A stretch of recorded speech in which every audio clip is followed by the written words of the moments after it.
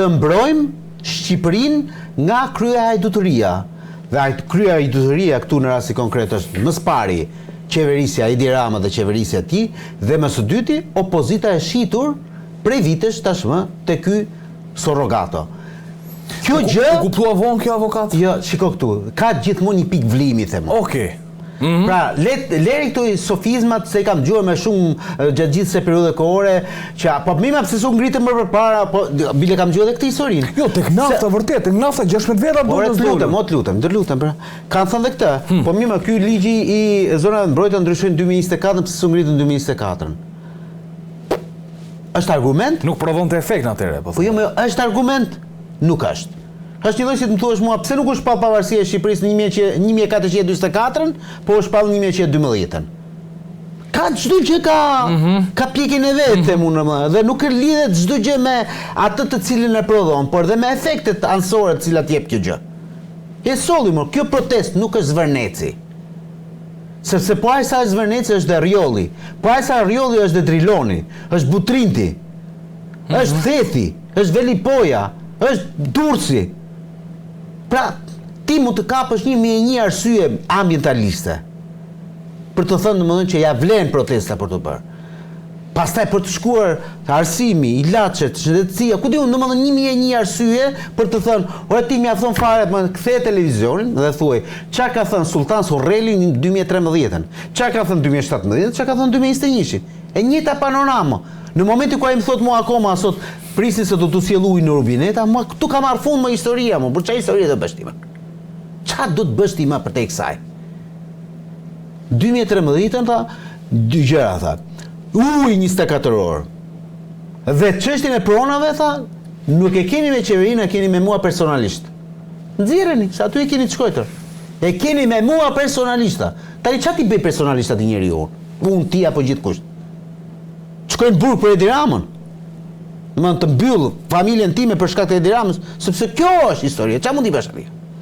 Protesta në vetvete, ka një problem Edi Rama këtu.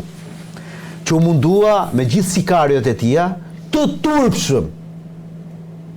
Gjithë palaçot mediatik që dalin nga njëra media në tjetrën, që nga ai Ardit Bido, për cilën ka pas një respekt të jashtëzakonshëm si njeri, le të themi i ri, po më kam vjet të vjell kur e shikoj tashmë, se që prodhoi atë iskenimin e agjenturës greke, ku janë më këta agjentura greke se na hoqe barkun më burr.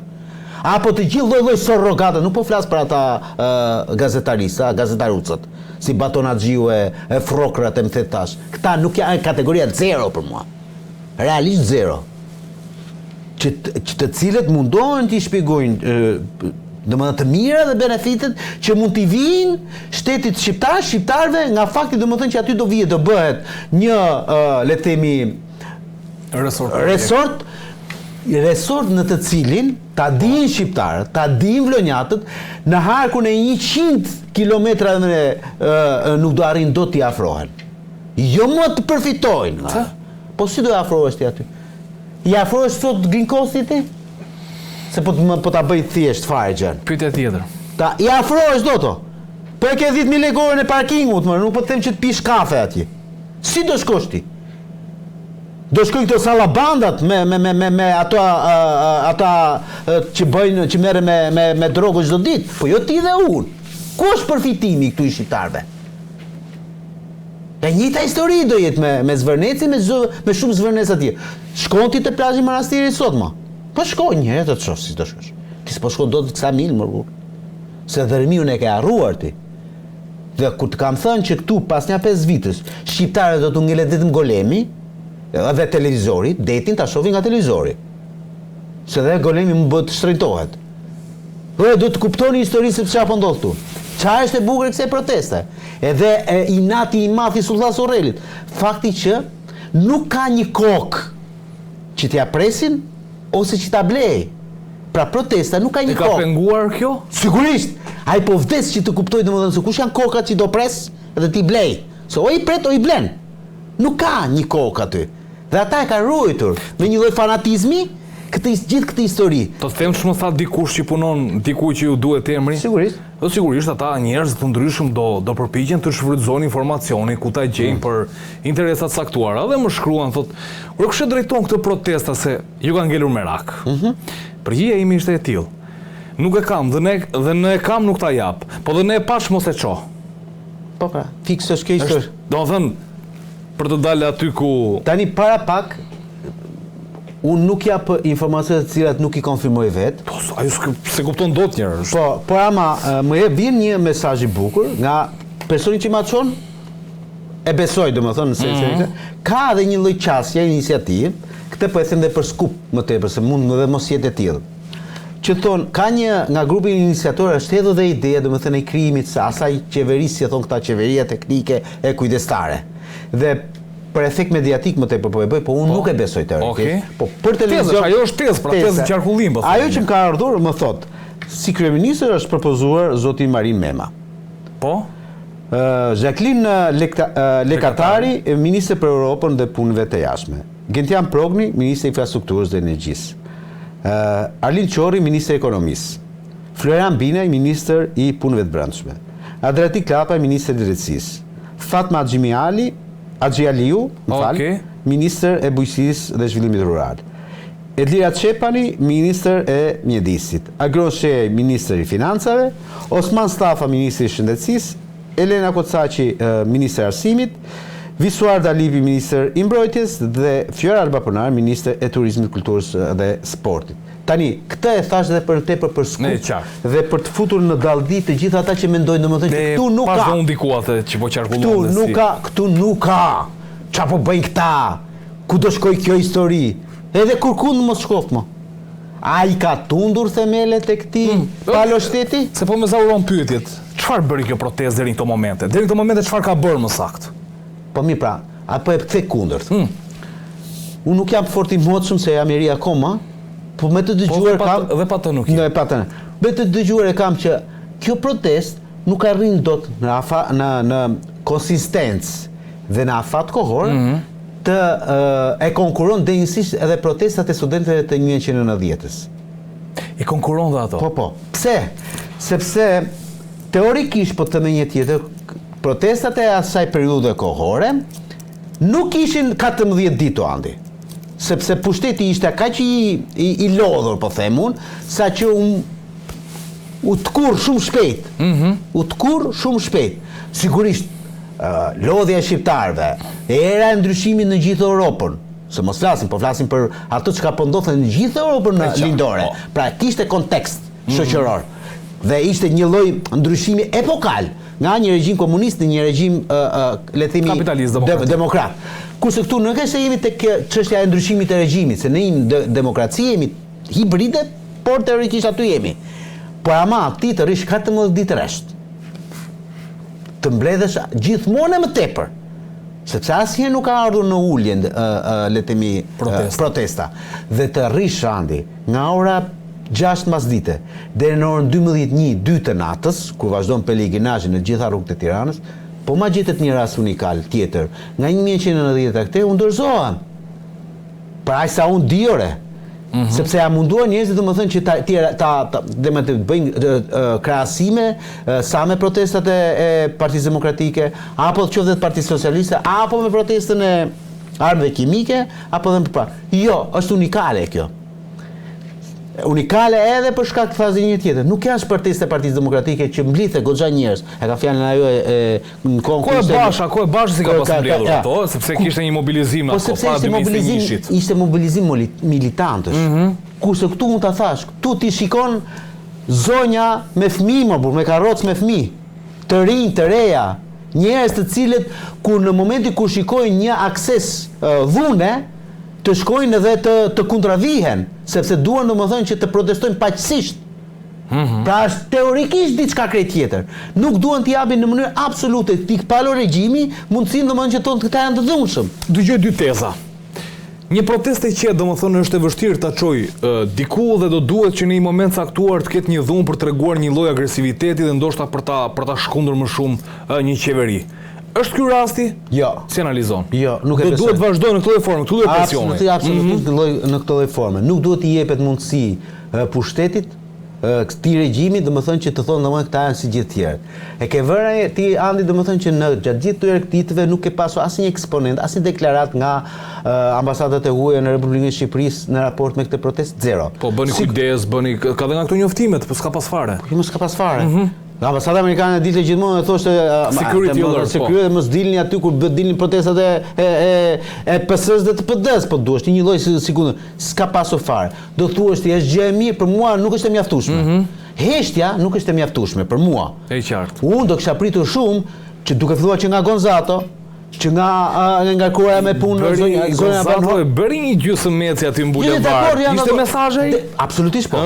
Që po eci për krah qytetarëve? Unë duhet ta lexoj kështu, ai ndoshta e ka pasur tjetër kund iden. Aq se po dalin xhiro. Unë nuk e di unë këtë. Unë nuk po merrem mendjen e tij. Diplomacia është trik është diplomacia nuk është ajo që e holl për një herë, duhet dalësh 2 herë, 3 herë që ta kuptojmë realisht që ashtu është. Po unë e ftoj, ai sa unë ti gjithë në zotrinj, heshtja nuk mjafton për këtë popull. Nëse po ta mbani mend, i vetmi ambasador në Shqipëri që ka dalë për krah një partie politike për ndryshimin e regjimit edhe të votës, pra rotacionin politik, ka qenë Raja Ersoni 1992. Që doli për krah Berishës, sepse donte me patjetër që në Shqipëri të ndodhte rotacioni politik. Se në 91 u bën zgjedhjet dhe prapra Mizali ishte president o burr. Shqiptarët nuk e kuptuan domethënë që dorë zotrin duhet t'i heqim këtë klasë të kalbur politike. Tani, unë këtë kërkoj nga le të themi, nga trupa diplomatike e shteteve të huaja në Shqipëri. Në qoftë se realisht duan që këtu të ndodhë diçka. Në qoftë se këta pastaj në njërin krah heshtin, në krahun tjetër i heqin waiversin zotit Berisha, se duhet ta diskutojmë. Tu pastaj mua më bën domethënë që të kap qimet e sjetullës, si themun, sepse këtu nuk ka kuptim kjo histori vëlla. Berisha fillimisht ishte kundër protestës. Fakt publik, por pro investimit. Sot është pro protestës dhe pro investimit. Berisha është një kameleon politik, zotëri nderuar, që ndikojnë non grata këtu? Sigurisht. Që për herë të parë në të gjithë karrierën e tij politike është munduar të lëpijë sa të ketë mundësi Shtetet e Bashkuara të Amerikës, cili do qofshin ata në pushtet, po flas, thjesht që të heqin, të ketë mundësi që të heqin 9 gradën e tij. Shqiptarët duhet ta dinë, historia e Sali Berishës me misionin diplomatik në Shqipëri dhe jo vetëm, ka qenë një histori vetëm urrejtje. E qartë? 94-ën me ambasadorin asaj kohe, që as si kishte një lloj marrëdhënie sepse pse i tha për punën e referendumit. 96-ën i erdhi nga Departamenti Amerikan i Shtetit, nuk e priti fare. 97-ën me Mariza Linot një gjë. 99-ën e bëri atë ambasadorin që vdiq nga zemra, që i tha ishte me dashnorën aty. Mbani mend, Jeffrey Limprehti. Të njëjtën histori po duhesh ti të vazhdoj me të gjithë ambasadorët, me Arvizun, me Withers, Arvizun e pati mirë, sepse i tha burr shteti, por nuk e pas dhe për plasë të tjera. Guvernatori tha atje. Guvernatori Edi Ramës në 2013. Jo, po pas ka kaluar kjo. Kemi memorien e vogël, po se kam.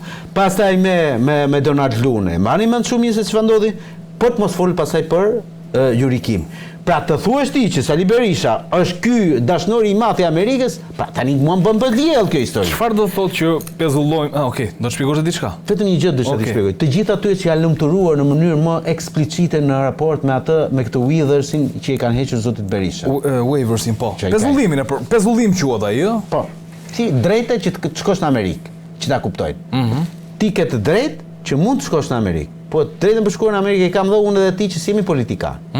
Por ama këty nuk të hiqet damka si një person i korruptuar dhe që vazhdon të jesh i stacionuar nga ana e Shtetit Bashkuar të Amerikës. Çfarë do thotë pezullim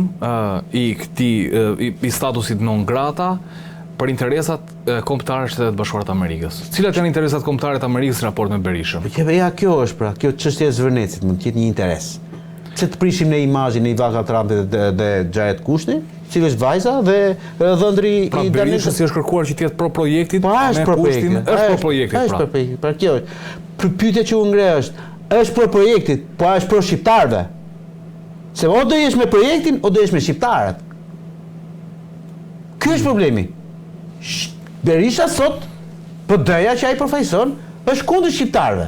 Shqiptarët duhet ta dinë këtë gjë. Pa, sa unë kam frym të them. Kjo është leximi juaj, po.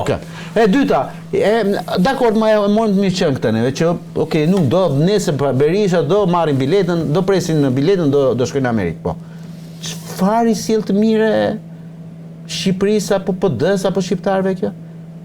Ndryshon gjë në qenien Sali Berisha, politikani Sali Berisha? Prit, ai sot është de facto de jure kryetari i Partisë Demokratike. Okej, dhe kush Për disa vitesh, për shkak të statusit non grata, kjo parti vuan në qasin që ka në raport në ambasadën me Po çfarë ndryshimi përbën pra? Retorike kam se s'duhet më kthesh ti përgjigjen, jo. Unë ta jap përgjigjen. Unë ta jap dhe një përgjigje se bën dhe bashkëbisedim. Më thënë, kjo ndërprerje e marrëdhënieve diplomatike e Partisë Demokratike me aleatët amerikanë, më thënë ka kushtuar shumë shtrenjtë Partisë Demokratike, ka bërë një parti të izoluar. S'është vërtet fare kjo. Di në Amerikan ti që voton në Shqipëri? Jo, kam çështjen e imazhit si perceptohet kjo parti. O zotëri dhe një, ti menon domethënë që ai katunari aty që hedh votën, shkon pyet Amerikën se çfarë menon për Sali Berishën, për Edi Rama para sa të hedhin votën? Këtë perceptim ke ti? Nëse nuk ndikon tek 10, nëse nuk ndikon tek 10, ndikon tek 5. Ore, mund të ndikojë vetëm tek militanti, po jashtë militanti e ka dame një herë më Randi. Ka lidhje fare kjo historia, je apo nuk je?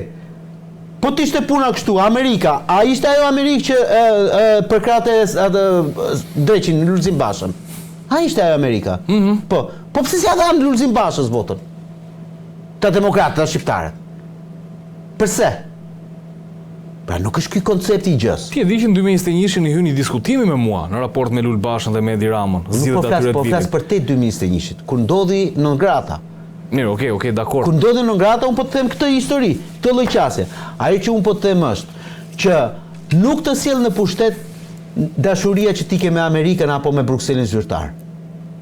Në pushtet të sjellin vota e qytetarëve shqiptar.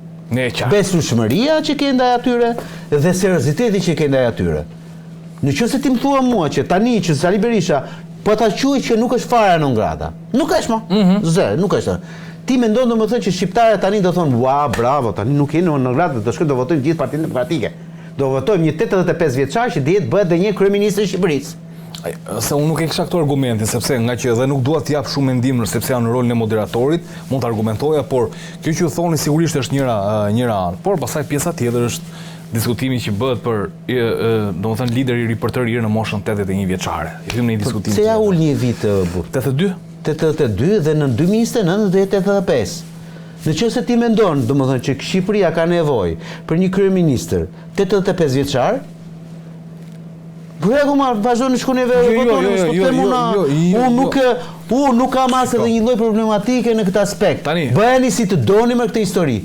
Unë po duhet i them shqiptarëve, pra ata që duhen besojnë. Vetëm mos më këto bëheni se më duket sikur I kam gjëra tu. Jo më i them bëheni aty, jo ty. Kështu që bëheni, I them atyre. Se më duket vetë faktorë. Atëherë, dhe të gjithë butakëve pa shtyllë kurrizore, të cilët në 2021-shin duartrokitën fort në momentin kur Sali Berisha u shpall non grata dhe kam fjalën këtu për Gaskëbardhin, për Agronkën, sepse ja them me konotacion negativ se të tillë janë, o janë butak, ma janë tip, pa shtyllë kurrizore fare. Sot ishin të parët ata që duhet trokisnin.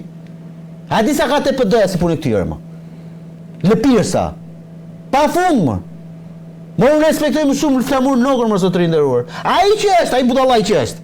Por nga dita 0 edhe deri tani ka qëndruar aty më te budalliku vetë pa aty është. E respektoj më atë. Po piruetat e këtyre nuk I doroj dot. E qartë.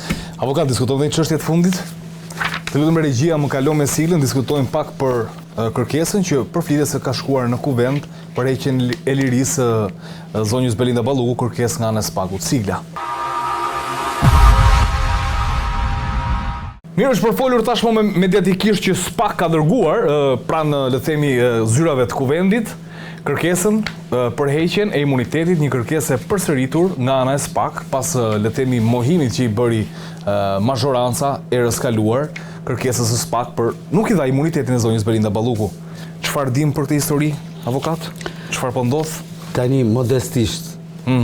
Për juve si moderator këtu edhe për kolegun tuaj zotin Redi Varaku, do ma lejoni domethënë që të ma jepni të paktën medaljen e asaj që u kam thënë për para 3 muajsh që SPAK-u